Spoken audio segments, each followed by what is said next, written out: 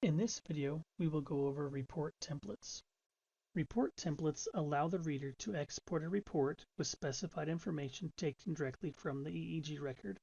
From the Administration tab, select Report Templates on the left of the screen. On this screen, you will see a list of default report templates. If you would like to create a new report template, hit the green plus at the bottom of the screen and enter the name of the report template you would like to create.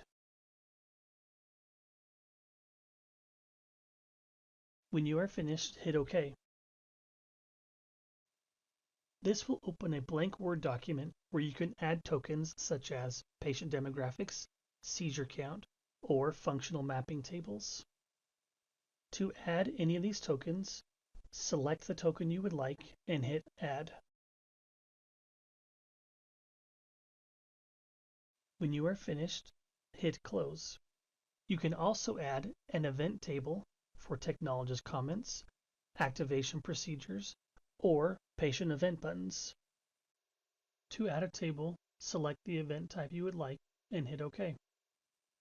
When you are finished editing this report template, close the window down and save any changes you have made.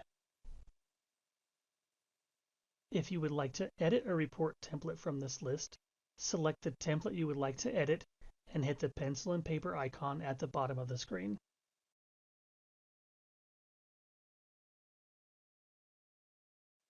This will open a Word document showing you the fields that will be populated from the EEG record when a report of this type is created. From the template editor controls, you are able to add new tokens, event tables, or add a paragraph narrative section. When you are finished, close and save any changes you have made.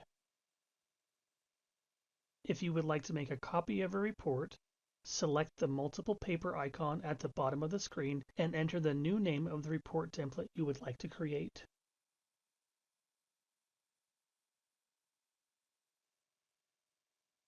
When you are finished entering the name, hit OK. This will open a Word document where you can add or remove tokens or tables based on the needs of the report template you are wanting to create.